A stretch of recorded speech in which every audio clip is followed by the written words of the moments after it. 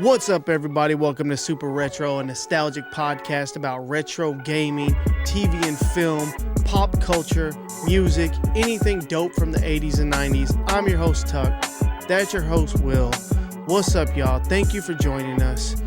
Got a jam-packed show for you guys. I went a little crazy with my notes over here this time, looking like the Dead Sea Scrolls. They do.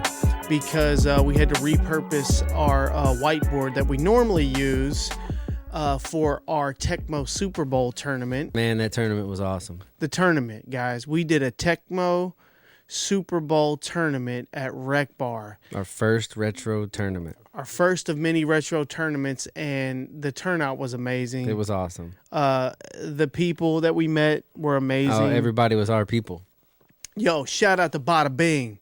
Shout out to Bada Bing. He's a TikTok follower. He came out. His name's Bada Bing. That dude was cool, man. Everybody, dude. Like I told my buddy, he was like, "Oh man, I'm sorry I didn't get to come." I was like, "Dude, it was all of like our people." Yeah. Like everyone there was so cool. Like there was no like dickheads. Like it was a fun tournament. Like everyone had a great time. There was fans. Like people watching. Like the setup couldn't have been better. Like we were nervous. Remember like about how it was gonna like all play out with the setup. And it literally couldn't have been better. Oh yeah. The stations.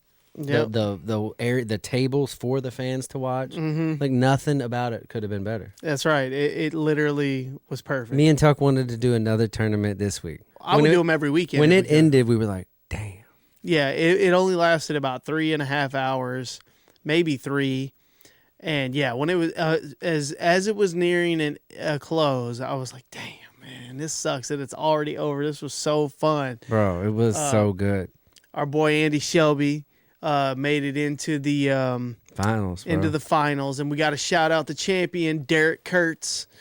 Congratulations, bro. He won $250 in the trophy. 17-10. Yeah, but championship game. What a tournament. Man, there was just so many cool people there. I like the guy that just showed up. You know, he saw like the ads or something. He made it pretty far. Yeah, he did pretty good. That dude was cool, man. I wish I could remember his name. But I like the everybody that when you got sent out of the tournament, they would sit and just watch now. Literally, I'm not sure, maybe 1 or 2 people left after they were eliminated from the tournament. But not many. Everyone stayed. Everyone stayed. They wanted to see who won. The championship was a real intense event. Like the fans were talking shit. Like it was so fun. Yeah, everyone wanted to see who won. Like people were like, go for 2. You can't go for 2. It's so funny. Yeah. The funniest thing is I saw like I don't know if you saw. I think I told you, but some little kids. I don't know if a rec bar is like a barcade where kids are running around with tokens playing old school arcade games. Well, 2 kids sat down and were like, "Where do we put the quarters?" And I was like, "This is a tournament, man." Yeah. And he goes, "So y'all like brought these?" Yeah. I was like, "Yeah, we brought all these Nintendos and TVs." He was like, "Oh." It was so funny, dude. I saw as we started using less of the stations, I saw kids were sitting down playing. I thought it was great. Let them play. Hell yeah, dude. Just play, discover it. So cool, dude. But anyway, yeah. So shout out to everybody that came to the tournament, man. You made our day for real. Yeah, and now you let us know that it is definitely possible to run successful retro tournaments. Yeah. And now we're already gearing up for NBA jams. Yeah, we're gonna do NBA Jam next. But you know what I was thinking? Shit, man, we might be able to do them more often than we actually are doing them. But we'll figure that out. All right. You ready? Let's delve in. Let's get right into the show, y'all. Shout out to all the just all you guys, man. Shout out to all the TikTok followers, Instagram followers. We love you guys. The podcast listeners, the whole podcast. Yeah, and the podcast is the audio podcast is really starting to take off. People are listening. It's awesome. I check the downloads daily, and it's going. We appreciate you listening to the whole bullshit we talk about. The whole long form. Yeah. We appreciate y'all. It's going good. All right, y'all. So let's get right into this, man. So back in the day, at the turn, just after Y2K, after 2000, all that shit, LimeWire. Do y'all remember LimeWire? Come on, man. LimeWire. It was a peer-to-peer file sharing software. Yeah, it's not illegal because we're just sharing it. Yeah, we're just sharing. I'm just sharing a song with Tuck. He's just at home. Yeah, and that's how we got away with it. This was LimeWire was a repository of millions of pirated movies, everything, bro. Games, music, anything that could be digitized, software, bro. You get programs, dude. Fruity Loops. Yeah, I got all my audio software that I used back in the day from LimeWire, hands down. You know what I say right now? Like, what was awesome about it? It was like a lot of these kind of things are hard to use, but LimeWire was fucking easy to use, bro. Super easy. I knew nothing. Like, I was not a fucking hacker. I was not in the file. Like, and I was over here. I'm telling you, like, when you told me about LimeWire, I was like, I was so deep into LimeWire, dude. I was making mixtapes and like giving them to like hundreds of people. Oh hell yeah! Like I had my own covers, my own stamp. Like you know how you put like labels on the CD. Yeah. I printed my own labels with Airwalk Studios. Oh my god! And because my last name's Walk, so it's so stupid. Like I was literally making fucking like bootleg albums of just my shit. Yeah, stuff you thought bopped. Yeah, 100%. And like when the I remember this time the new Outkast leaked like 6 months before it was supposed to come out. Yeah. So that whole 6 months we was bopping the new Outkast. I forgot about that. See, that's why I love having these conversations, because I forgot all about leaks.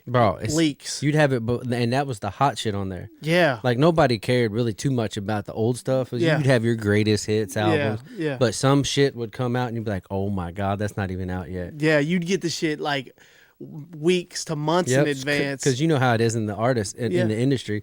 Yeah. People had copies of that shit. Anyone had a copy. All it took was that one person to boop. Yeah, I'd be like, well, he gave me go ahead and upload that to LimeWire. It'll say like demo, and they're like, "Oh shit." Yeah, I remember that, man. Yeah, that was huge for me. Is getting shit way before it came out. Movies were the same way. Yeah, oh yeah, dude. I would watch movies before they even got to the movie theater. Mm-hmm. But here's the thing: anybody and everybody could upload to LimeWire, which basically made it the Wild Wild West. Oh, it was. Bro, if you weren't careful, your shit would get bricked up. You'd have a paperweight for a computer. Yeah, you'd have to delete that shit quick and then re-download it. Yep. And a lot of times you'd get it out, like you sit there be making a mixtape and you'd be like, all right, you'd get like a fucking Tupac song and you'd play it and it'd be like Whitney Houston. Yeah, you know what I mean? Because if they labeled it, you're downloading it. Yeah, and you could also you could see the fake files by the size of the file. You know what I mean? If it was an MP3, you knew it had to be a few megabytes, you know, 3, 4, 5, 6, 7 megabytes. If it was software, a few hundred megabytes, maybe even a gig. If it was a movie, you knew it was going to be a gig. If it didn't look right. If it had if it was small, you knew that shit was suspect. What's that called when you get Rick rolled? Yeah, it's Rick rolled. Yeah, that's what you get on that. Yeah. You'd sit there and be like, yes. Oh, shit, that is not it. Yep. That's Phil Collins. Basically, there was a point when you had like a 50-50 chance of spreading viruses all through your shit. 100%. I mean, kids all across the country destroyed their PCs. Oh, it didn't. I didn't care. I took the chance every time. Yeah, it was like, nah, I didn't put the condom on, so to speak. Yeah, and then I was like, I'm still gonna steal this stuff. 100%. And it did feel like stealing. It really did. Yeah, it didn't feel right, but you know what? Back then, again, like young, early 20s, late teens, broke. Let me get that. And it's like, I think it's because we spent so many years buying albums. Mm-hmm. Like I know you did as much as I would buy shit, album, CD. I'd buy cassettes, CDs, singles. Like I'd go into the malls and go into the record stores and buy CDs and like constantly, like months after year after year. And then when this came out, I felt like, oh my God, everything's mine. That's right. Like I literally would sit there all night in front of a screen making fucking CDs, CDs, this. And it LimeWire really took off when Napster went out of business in 2001 when Napster was shut down because of a lawsuit that they faced. You know, the record companies came after Napster. And the thing about Napster is they were only music. Yeah. They were just music. And I used Napster for just a little stretch, but... Me too. I was on there. But it seemed like immediately after it got popular, it got shut down, and it was still up, and none of it would work. Yep. You would go to try to download shit, and it wouldn't work. It was all just nothing was working. Yeah, LimeWire seen the door open and just flooded it. Yeah, in LimeWire you could get everything, and I made a note that LimeWire was who Napster thought they were. Mm-hmm. You know what I mean? But I think if Napster laid the groundwork, for sure, they laid the foundation. they were like, look what you can do. But LimeWire felt like some real vigilante shit. You know what I mean? Like some, Robin Hood type shit. Helping out the small guy. It literally was Robin Hood. It was like we were finally getting the music we wanted. Yeah, and the software for free and everything that we couldn't afford. It was great. Go on ahead and let me get that. It was great. All right, y'all. Let's talk about 1998's Big Lebowski. Fantastic, independent crime comedy. That's a good genre, crime comedy. Dude, it's like it's one of those movies that you could watch 1,000 times and find something funny about it that you didn't before. So quotable. I mean, it's my most quotable movie ever. Such a quotable film, and we'll get into some quotes here in a minute. It was directed and co-written by Joel Coen. Coen brothers. Yeah, and with his brother Ethan. They've gone on to do Fargo, all kinds of stuff. All kinds of dope shit. Stars Jeff Bridges as the one and only dude, bro. Jeffrey the Dude Lebowski. And that name, that Lebowski name, ends up getting him into some shit. Yeah, it does. And the cast in this movie is fucking point, bro. He couldn't be on point more than this. It's so damn good. The cast is amazing. Dude, John Goodman. This is probably his best role ever. John Goodman, bro. I don't think he's had a bad role in his career. I don't, and I know he gets hella respect. People love 100%. But I feel like he still doesn't get what he deserves. Walter Solchek. The man is a goddamn legend. He is. And he deserves all the flowers we can give him right now. Like in this movie, it's funny because we grew up with John Goodman. He's in Roseanne. Right. And this is not him. Dude. Total different dude. This was a stark contrast. Like this was the total opposite. Yeah, like when you watch this, you're like, this is a real guy. Bro, that shit's in him. Bro, and Steve Buscemi is Donnie. Oh my God, I love the Steve thing Buscemi. I like about this movie that made me laugh still to this day is how much John Goodman, Walter shits on Donnie. The whole time. Like anytime Donnie says anything, like he'll say a little random one-liner and Walter would be like, shut the fuck up, Donnie. I know. I love that. It's so good, dude. And you know who else is in this movie? John Turturro. Kills it, bro. The Jesus, bro. God, that dude is such a good actor. He has such a short role. I know. A short part in this movie, and it's so killer. It's like no one that watches this doesn't remember the Jesus. Oh, my God. And I don't know if you know, but he went on to do a spin-off with that character. I didn't know that. It's the only character from this movie that had a spin-off. That's hilarious. The Coen brothers were like, do it. Nice. Such Julianne Moore. Yep. Killed it. Yep. Such a dope Every cast. single person in this movie killed it. It wasn't critically acclaimed at first, which I don't think they didn't. I don't think anyone understood what the fuck they were watching. Right. This was art. Right like here. yeah, this is like on the Pulp Fiction spectrum. Like That's someone right. watches this, they're like, what is this? I could see that. A first pass on the Big Lebowski. Yeah, like what? Nothing happens. Might be weird. There is no point to this movie. Right. Like he's trying to get reimbursed for his run. No, he just wants his fucking compensation. First, and the fact that they didn't even want his, like they came to his apartment for another Lebowski. Right. How fucking hilarious. It's so well written, dude. Flea. Oh, he's one of the bad Flea's guys. The bad guy. Oh my God, I forgot. They're nihilists, so they don't give it, like, you know what I mean? They're a whole group of nihilists. Yeah, it received mixed reviews when it came out, which is wild. But now it lives on in infamy. Now people adore it. Yeah. You know, if I see it on television or I've watched it so many times, it's just it's like comfort food. It really is. You know what I mean? It could be on in the background, and I would love it. You know, all that being said, in 2014, it was selected for preservation by the Library of Congress Fuck yeah. as being culturally, historically, and aesthetically significant. It should be. It just looks cool, man. Away from the awesome storyline and all of that, just the way it was shot and in the film. Beautiful. Oh my God, it looks so good. Yep. So creative. I like that scene where he's spinning and he's going under the lady's legs. Do you know that He's holding the ball.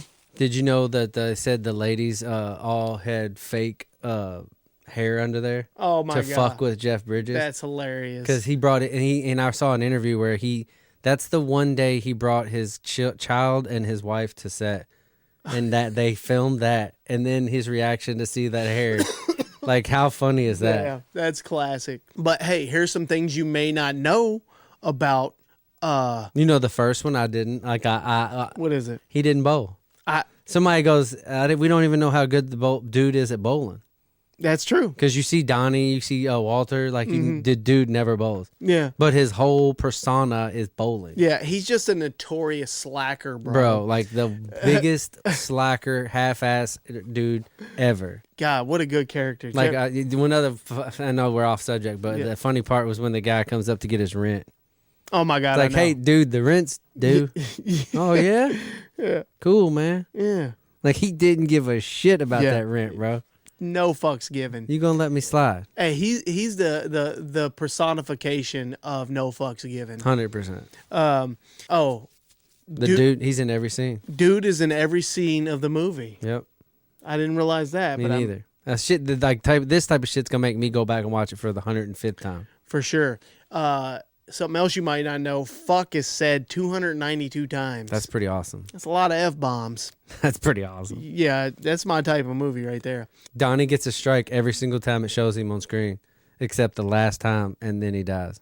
Shut the fuck up, Donnie is a reference to Fargo, where Buscemi's character never shuts up. Shuts up. How funny is that they're using Fargo references in this movie? That's great. I mean, I love Fargo went on to have a multiple. There's spin-offs and shows. It's still living. Yeah. So which is crazy. That's a good movie. Yeah, it is. I like it that this hasn't.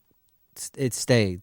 Mm-hmm. They didn't try to fuck with this. Oh my God! Such a good point. Like they didn't go like this. They could have done 100 dudes. You know what I mean? They could have done Anchorman 2. Yeah. They could have given it the Anchorman 2 and treatment. Failed. And I bet the Coen brothers are so. They're like, don't touch this. I bet they're so you just aware. Yep. Don't touch this. Yeah. This was gold. Yeah. This is. We caught lightning. We can't redo this. No. Hopefully.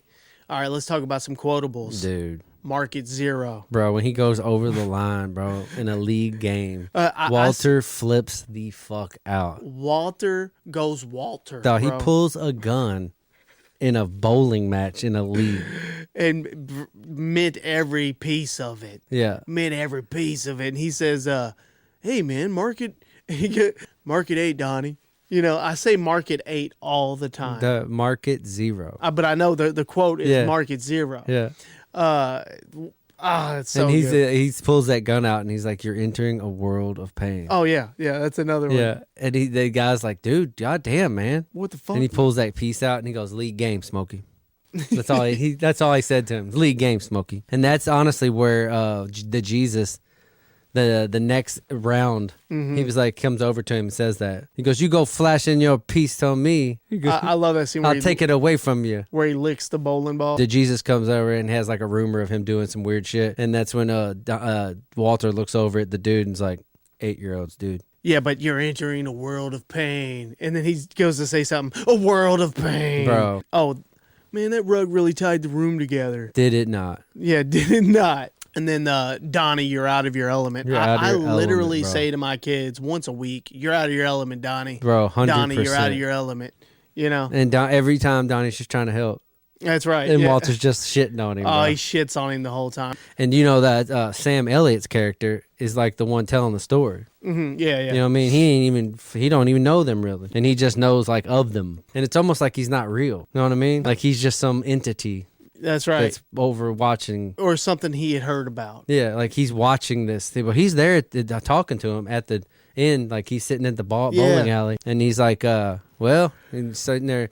He says something like, keep on keeping on, dude. You know what I mean? Yeah. And like the dude abides. The dude abides. That's the last one we got And on then the he sits out. quotables. What a crazy idea to have Sam Elliott, which is a fucking legend in like Cowboys, and he's sitting there in this weird ass movie. Like, who fucking picked these people, bro? But yeah, the dude abides. All right, y'all. Time for the top 20 NES games, as decided by us. This is Super Retro's top 20 games. That's right.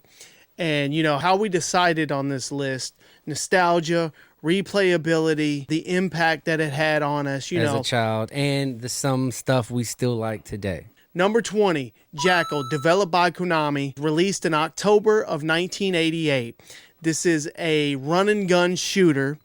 You're riding around in like an armored Jeep, rescuing prisoners of war and, you know, getting them to a helicopter and they fly off. I love Jackal. It's fun still. Definitely one of my favorite games of all time. I would rank it a little higher than 20, but this is a collective list. Yeah. Number 19, RC Pro-Am, developed by Rare. I know it. Did you know this? No. I had no idea. This game was developed by Rare. Rare is an iconic video game developer. Not known for racing. Not known for racing. And, bro, I'm telling you, that is a really cool connection to know that Rare developed. Still fun as hell to play today. Came out in February of 1988. I say the best racing game of all time. Definitely the best racing game on the NES. A lot of people have some other opinions. I think a lot of the racing games after that stole a lot from RC Pro-Am. Yeah, you gotta collect power ups. You gotta watch for the oil spills and the puddles And blowing up and messing with the cars behind you and in front of you. Yeah, you know, it was kind of like inspiration for Mario Kart. Yeah, 100%. Yeah, with being able to shoot rockets 100%. and stuff like that and throw out the little whoopee cushions. Yeah, it was groundbreaking. All right, number 18, Ghosts and Goblins. Classic game. Classic game, beautiful game, developed by Capcom. And here's the thing, this was an early NES game. Early, bro. It was one of the first games I had. This game came out in November of 1986. Yeah. Hard as shit. Hard. No bones about it. I mean, it's universally understood that this game is hard as fuck. It's one of those games, though, if I see the cover, Yeah. I want to buy it, even though I know I have 4 of them. Me too. I Swear to God. definitely. I want this game every time I see it. It just looks cool. The way it starts, you're in like a graveyard. I mean, come on, man. It's a really cool game. You know, this one could be even higher for me as well. But we got it sitting pretty at 18. Number 17, Mega Man 2. This was developed by Capcom as well. Came out in June of 1989. Regarded as the best in the series. There's 6 Mega Man games on the NES, and this is easily regarded as the top tier when it comes to Mega Man. The soundtrack was amazing. It's often referred to as one of the best games of all time, which, you know, we have it at number 17. I think that's because we weren't big Mega Man guys. No. You know, we had to put it at 17. We understand it. Yeah. It's success. It's fun. I just don't like that you can't shoot up. Is that the most for Super Nintendo or regular Nintendo? 6 games of one? It has to be. I mean, what else could there? It has to be. That's a lot. That's a lot for sure. All right. Number 16, Rygar, developed by Tecmo. Came out July 10th, 1987. It's a side-scrolling action game. Rygar runs around Argul with his unique weapon, you should say. It's called a disc armor. He shoots it out on a chain, and it looks like a shield, and it comes back in, and he just boom, boom. I mean, dude, this is one of my favorite games of all time. It was a classic game at the time. Classic game. He has been commissioned and brought back from the dead by the people of Argul to rescue and restore peace and defeat Ligar and his army of creatures. There's some wild-ass creatures on this game. I even actually have one of them tattooed on the back of my leg. Yeah, that's how much he likes it. I love this shit.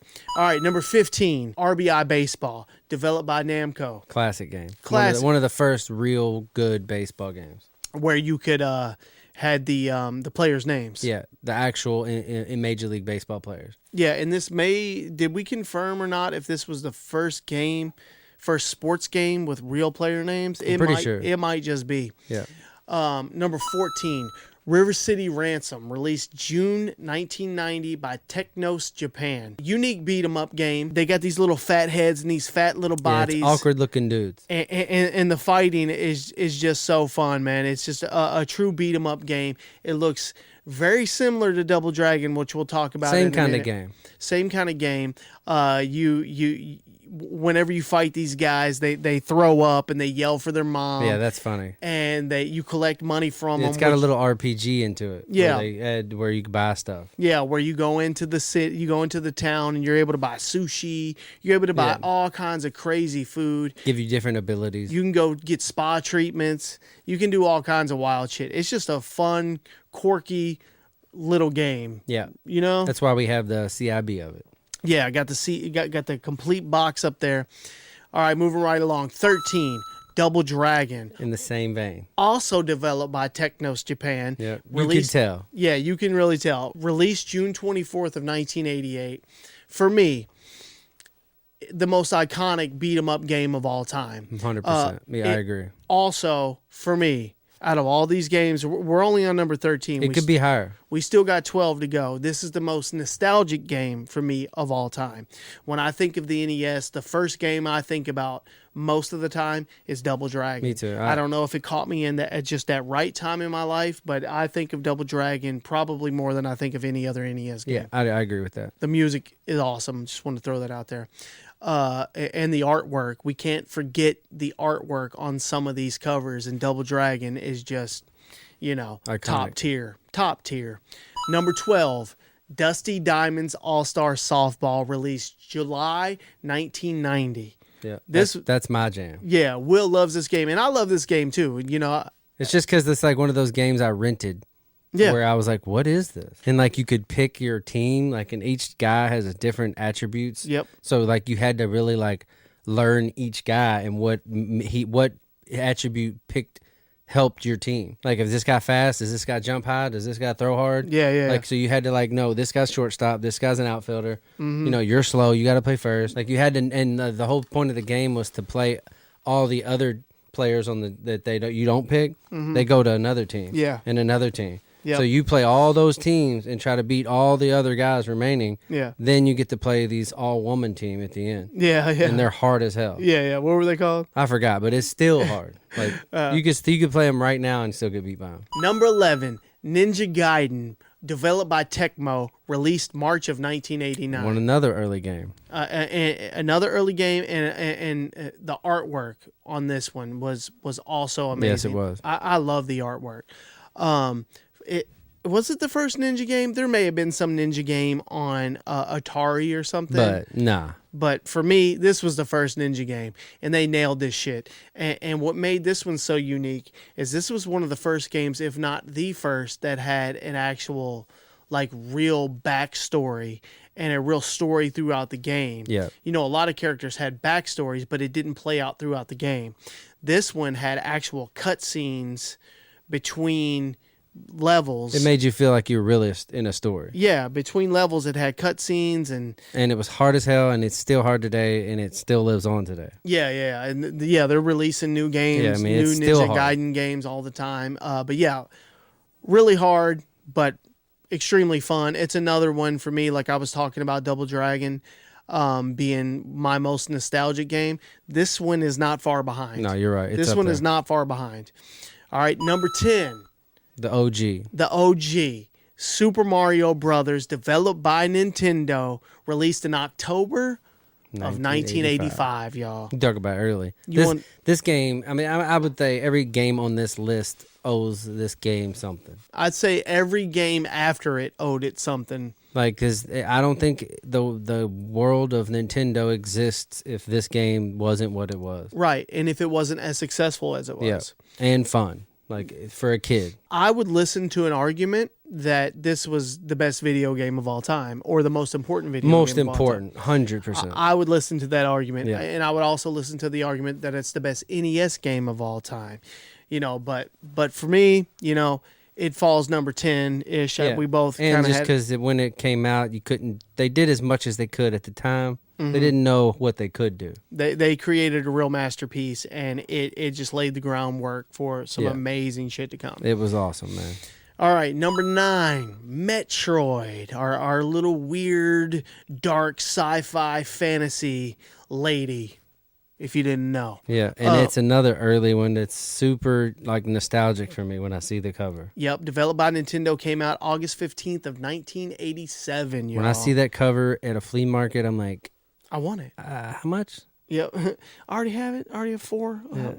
I could do one That's more. a nice looking copy. I could do one more. The fact that it's from that old and it looks good, I want it. And a The female. soundtrack was so awesome, dude. The sounds of the gun, like everything in it sounded so good, man. Yeah, and this was The the first. missiles. This was the first game with a female protagonist. This was the first game with a female protagonist. And you want to talk about? I know. I was just talking about Ninja Gaiden having a backstory and all that.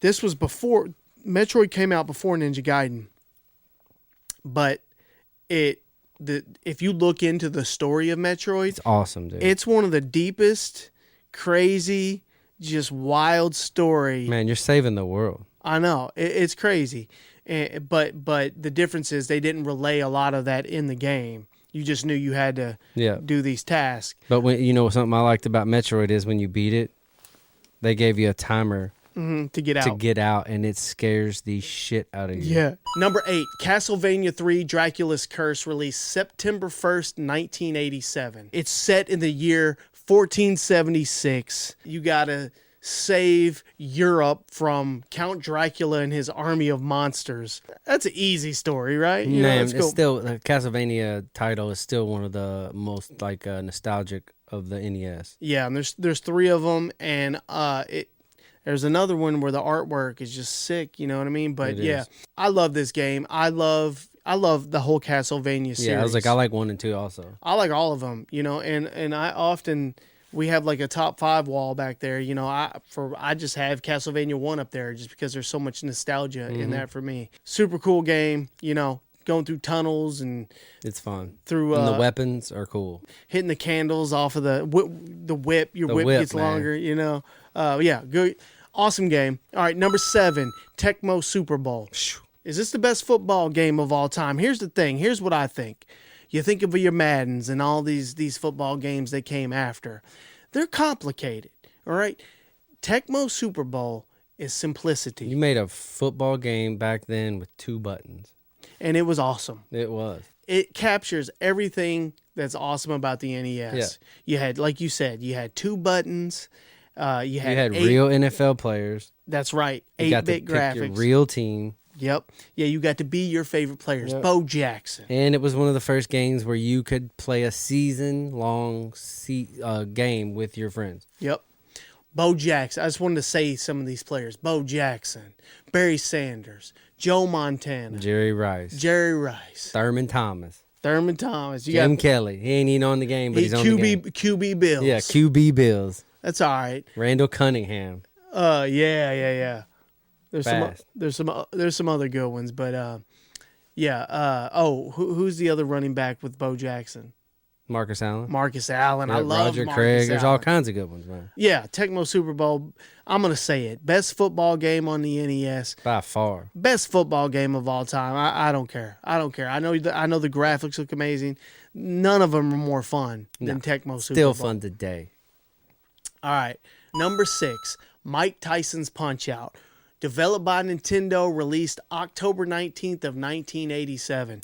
This is one of those games, the replayability factor. You can pop this thing in right now, and it's just as fun as it was the first time, the second time, the third time you played it. If you ain't played it in a while, you'll be a little off, but it comes back quick. Yeah, and this is one of those games where people realize, oh, it's about the pattern. It's all about the pattern. Every single fighter you have has a different pattern. And if you learn that pattern, you can beat them with the exception of your boy. If you don't, you won't. Yeah. If you don't know that pattern, it's over. Yeah, we still can't beat it. And that's me. I don't know any of the patterns. I don't know how these super nerds do it because I can't figure it out. King Hippo gets him. I just don't have that math brain, I guess. I can get pretty far, but I still can't beat Tyson. And there's a code where you can go straight to Tyson. Yep. We were doing What that. a game, though. Perfect game. Great concept. Like the whole idea of it was beautiful. Yeah, it has iconic characters. You're some too. little guy who can't, Little Mac. just starting out. Lil Mac. And you got to fight all these dudes and build up and get belts. Like, God, what a game. Yeah, Glass Joe. Man. Bald Bull. They start you out easy to make you feel like, I got this. Piston Honda. And then all of a sudden you turn pink and just fall down. Yeah, good game. Yeah. All right, number 5. Teenage Mutant Ninja Turtles 2, the arcade game. Obviously, this is an arcade port, considering the name.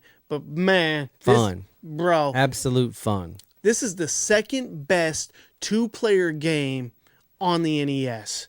This is one of the most fun games that you can play with a buddy. Yeah. Instead of the first one, they was like, let's make this one fun. Yeah, that's exactly what they did. They let you be the turtle that you want to be, Yep. your favorite turtle. You got to play with your buddy. He could pick his favorite turtle and just fight. That's right. And yeah, it just, if you didn't have playing it one player, not so much, but if you had a buddy to play with, the shit was iconic. You played all night. I love this game. Continue. Easily my favorite Turtles game. I know people say the ones that came out afterwards are better. I disagree. This is the number 5 best NES game of all time. Agreed. Yeah, it embodies everything about the NES and 8-bit graphics that are awesome. Yep. Number 4, Super Mario Brothers 2, the black sheep of the Super Mario family. This was developed by Nintendo and released in September of 1988. And iconically featured on the first issue of Nintendo Power as far to promote it. It was a reskin of Doki Doki Panic, which we actually have another video on our page going over all of that. But yeah, it's a different game. That's why it kind of stands out like a sore thumb. However, I love it. We love it. It was like a perfect storm, a beautiful mistake. If this didn't happen, if the American market didn't reject, if Nintendo of America didn't reject the real Super Mario 2, we never would have had this beautiful, crazy game with new characters that we still use today.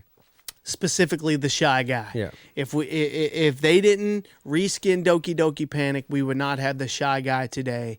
This is just a fun, weird, awesome game that, seriously, I think I've played Super Mario 2 more than 3 and 1 combined. Yeah, I had a really good time playing it when I was a kid and just playing with all the different characters. You got to use the princess and Toadstool. Yep. What a fun game, man. Yeah, and it's interesting how on the first one you play with Mario and Luigi. Super Mario 2, you get to play with those 4 characters you just mentioned. And then when you go back to Super Mario 3, you can only choose the 2 again. Yeah. Pretty interesting. Yeah. All right, number 3, Contra. February 2nd, 1988 is when it was released. This right here is the best 2-player game of all time. Wouldn't you agree? Yeah, not even a question. I mean, it's so awesome. It's like Rambo meets Alien. You're like these dudes. And you're just blasting. Feels like you're in Vietnam and you just have aliens running around. You're just blasting. There couldn't be more enemies coming. You're just killing everything. You get new weapons, new gun. So many different ways to shoot the gun. You want to talk about a respawn nightmare, bro. They respawned until you moved. You can stay in the same spot. They just keep coming. And the sounds of dying and the shooting. Everything just so awesome. I love it. Yeah, when you die, it sounds like a laser. Yeah, and then the gun. Yeah. And then obviously we have to mention the iconic. I think this is the cheat code that every person that had an NES remembers. Bro, there's T-shirts with it. I know. Up, down, left, right, B, start or select start. If you got 2-player. 2-player. Yeah, bro, it's like music to my ears. ears. And to be honest, God damn, that was a hard game without that code. Oh my God, you didn't have the code. You didn't have the 30-min cheat code, and you try to beat the game with 30? Nah, hell no. Nah, that was here. an experience. Yeah, not over here. Trying to get good enough to beat the game with 3 men. Mm-hmm. Nah. But when you give me 30, I'm having fun. Yeah, that's right. With my buddy. He's got 30, I've got 30. Yeah. We're beating this. That's right. So Contra, number 3 NES game 100%. Of all time for us. Agreed. Number 2, The Legend of Zelda. Man. Developed by Nintendo, released August 22nd of 1987, y'all. The gold beautiful cartridge. the gold joint, and 6.5 million copies, and kicked off an iconic franchise. Still going today. That is almost, if not is, as recognizable as the Super Mario Brothers franchise. Yep. I mean, bro. It's still the number one game on Switch. Yeah, think about Zeldas. that. Think about that. Nintendo developed Super Mario. Not only did they develop the NES, they developed Super Mario Brothers and Zelda. Like Two wow, huge franchises iconic franchises that have never died. never, bro, and are as strong today as they ever were. 100%. You know, You could put a statue of Zelda out or Link, and everyone's gonna know. Yeah, What that is. yeah, and but this game, So fun. such a good game. So hard, so amazing, such a adventure as a kid. That's a great way to describe it. It's just an adventure. It's a fucking adventure into a world you've never known. Yeah, and like we were saying, we didn't have the internet. No. We just went at it and explored for days and weeks and months on end. Like you would hear stories about what to do or where is it? Yep. They didn't even tell you where the levels were. Yeah. So number Good 2, luck. The Legend of Zelda, y'all. Beautiful game. And if you wanted to make it number 1, we'd agree with you. 100%. We'd listen to your argument and be like, yeah, I understand. All right. So number 1 NES game. I think everyone knows. Of all time. If we haven't covered it by now, you know which one it is.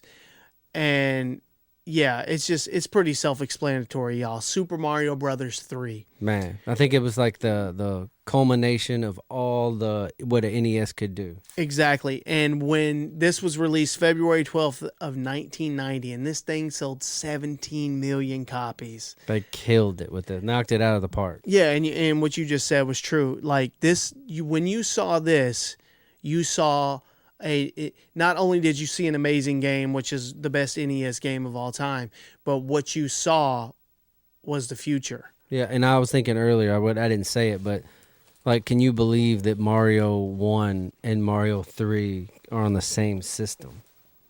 Yeah, no. They don't look like it. Like, No, they really don't. Like, this is such a polished, amazing game. Yeah. And look back at 1, they're like, what the fuck? Dude, the technology was advancing so quick. Yeah. Because if you look at that, so I'm flying around. Yeah, so Super Mario Brothers 1 was released in 1985. In 5 years, they made Super Mario 3. Not even close to the same game. Bro, are you serious? Like, there's so much shit you could do in that you didn't even think of when Mario 1. Yeah, the technology was just advancing at such a rate. It's amazing. Yeah, Super Mario 3. Mario 3 let you know that Nintendo wasn't stopping. Yeah, you were like, oh, shit, okay. Yeah. Okay, yeah, this game looks amazing. And, after that, I feel like there's a clear cutoff or just a clear difference between NES games in the 80s and NES games in the 90s as far as the way they look. Oh, yeah, it was a different world. The gameplay was still there on a lot of them, but the way they look. When Super Mario 3 dropped, you're like, oh, shit's about to change, and It did. You had stuff like Battletoads come out. Battletoads easily could have passed for a Super Nintendo game. Yep. There was plenty of games after that could have passed for Super Nintendo games. And like Mario 3 could have been a Super Nintendo game. Yeah, and you'd just been like, yeah, that works. That's when you knew the new system was going to be crazy. That's right. So y'all, there's our top 20 list, super retro top 20 NES games of all time. I'm sure you guys got some ones that you're throwing in that list, but that was what we picked. This is what we put together after much collaboration. This is what we ended up with. So leave some of yours in the comments. You don't have to leave 20. Yeah. Just leave a few that we left out, or leave your top 5 or something, because we want to know. And shit on ours. All right, Will, you heard about this NBA Jam Bulls glitch? I've read some stuff about it, but I don't really know about it. Okay.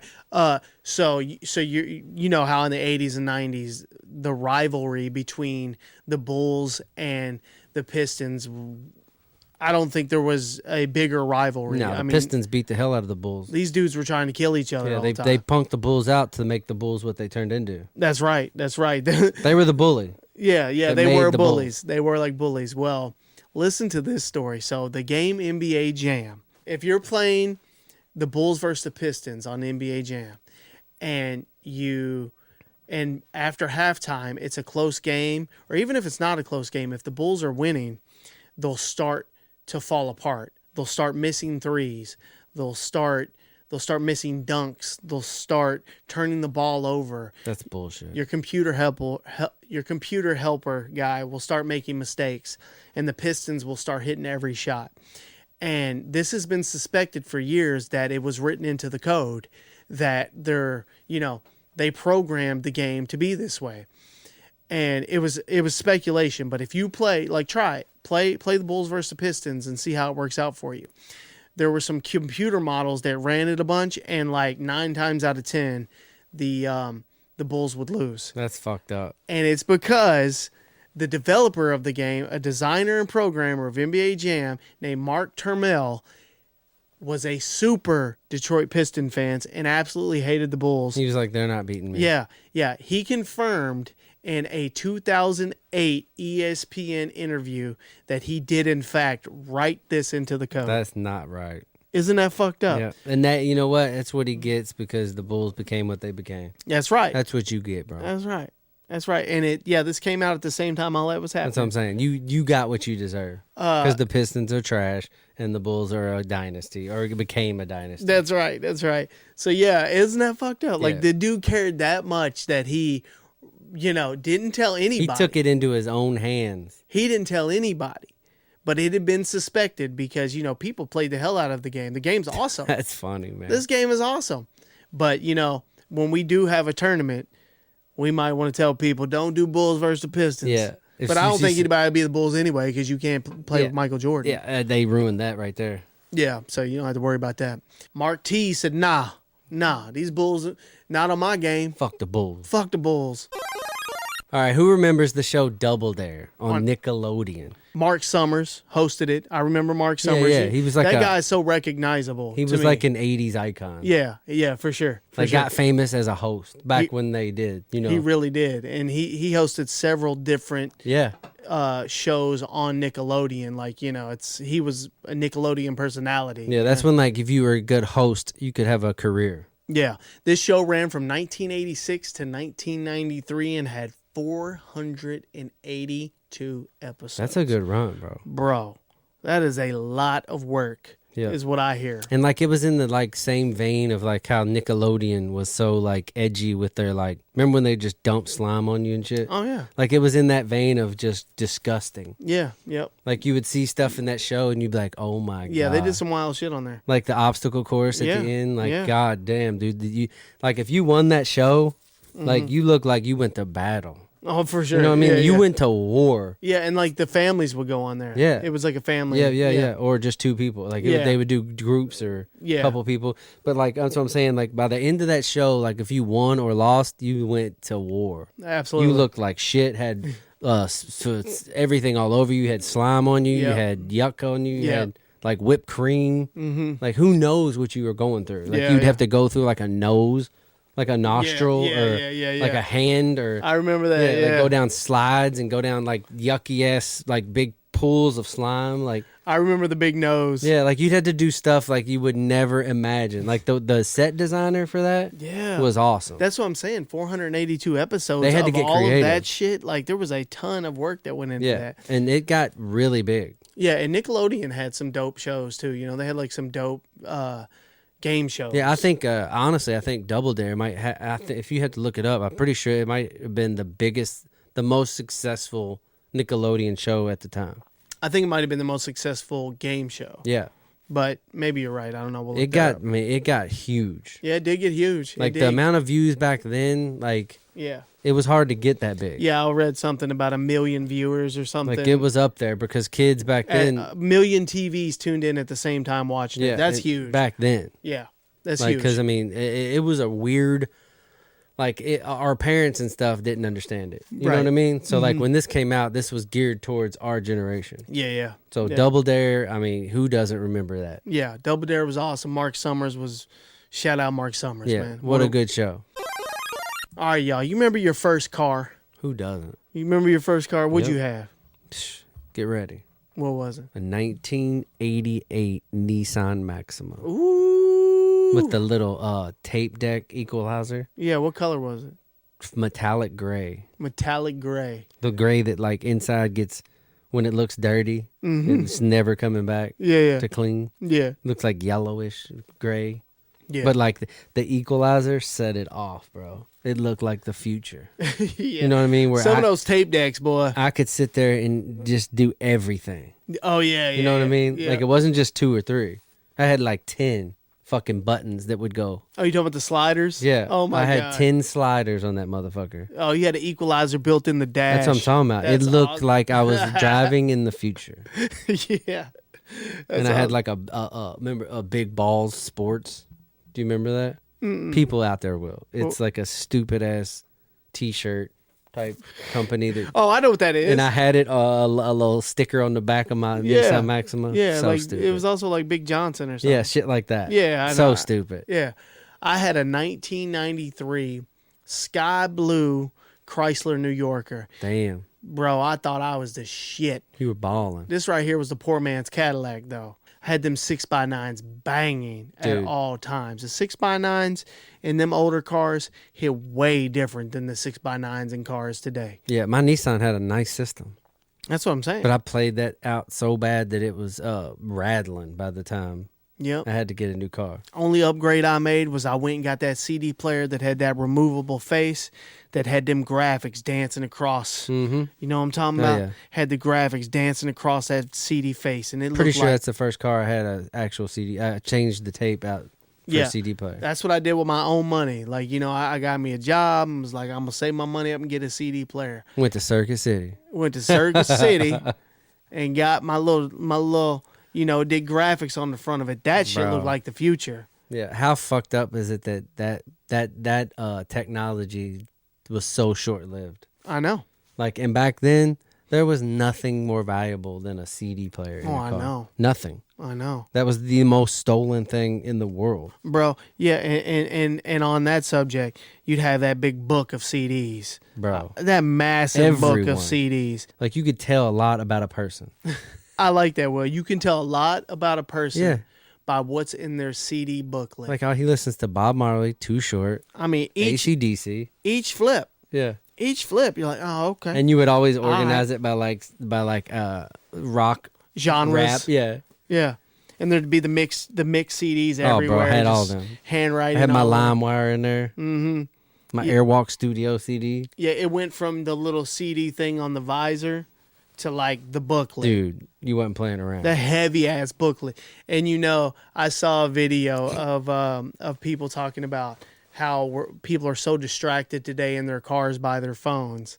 Well, bro, here Yeah. I am Had to change it. riding down the expressway, big CD booklet Bro. in my lap, just Only so many songs on that one CD. flipping, Like, you had to change it. just flipping, popping the one out, putting it in. You want to talk about distracted? That was distracted. You know, the future was when they came out with that like 6-disc CD changer. Oh, I changed the game. Like, bro, if I could put 6, I got 6 lined up. I got Yep. 6 bullets ready. Yep. Like, I got 6 CDs that will play right after another. And then That's a road trip. Yeah, and then there was that one you never took out. Yeah, You know, you had 100%. You had the mainstay in there. You know, that one CD that was the forever bop that you were not taking out. That was stuff that made your like a first car like special, stuff like that. Yeah, And like before then, back before it was just tapes, bro. You were just sitting doing the same thing with tapes. yeah. You yeah, had for a sure. little box That's that right. was zipped up that you had Yep. tapes sitting there. Well, you know, for the longest time I had before I was able to get the CD player, for the longest time I had the little the tape that you would put into your tape player, and then it had a cord coming out of it that plugged into like a Discman. a portable Discman. Yep. That was my CD player for the longest. Yeah, man. That was way before. You know That's what I'm saying? awesome. Your first car was something special, man. Let us know What's your first car? what's your all's first car. 1993 Chrysler New Yorker for me, and we called it the Chrysler with the dent because the whole fender was just destroyed, Oh yeah, and I never got it fixed. You I'm definitely not wrecking getting it your fixed. first car, man. All right, y'all, that's the show for today. Thanks for tuning in as always. Yeah, that was fun, man. this was a good one. We got plenty more coming up. Make sure you follow our TikTok page. Make sure you follow our Instagram page. Make sure you subscribe to our YouTube channel, which is growing. Make sure, and if you want to listen to the long form, Spotify, Apple Podcast, spread the word for us. We see that the audio podcast is rapidly growing, which is share it. So awesome. Share it shit everywhere. We you need some people to share it on every platform. You guys are definitely motivating us to keep going and keep doing this. If you want to email the show and contribute to the show in any way, superretropod@gmail.com. And I believe that's check really the website out too. Yeah, check our website out, superretropod.com. Yeah, and we're gonna. What did I say on the email? Email superretropod@gmail.com. Yeah. I think you said the website first. And then the website is superretropod.com. There's not much up there right now, but we're also get ready. Stay tuned for details on the next Super Retro tournament we're doing. Yep. Probably NBA jams, and it's probably looking for end of June, I'd say. Something like that, yeah. But we might, maybe like even sooner. Yeah, like you said, we might. Oh no, I think it's more the end of May. What is? The finals is July. I looked it up today. Oh no, it's June. It's the beginning of June. June 1st. Yeah. So we'll probably do the May. weekend. Yeah. Okay, we'll figure that out. Yeah. So yeah, thanks for tuning in as always, and be safe out there and all that. Keep it retro. Yeah, keep it retro and all that shit. Peace.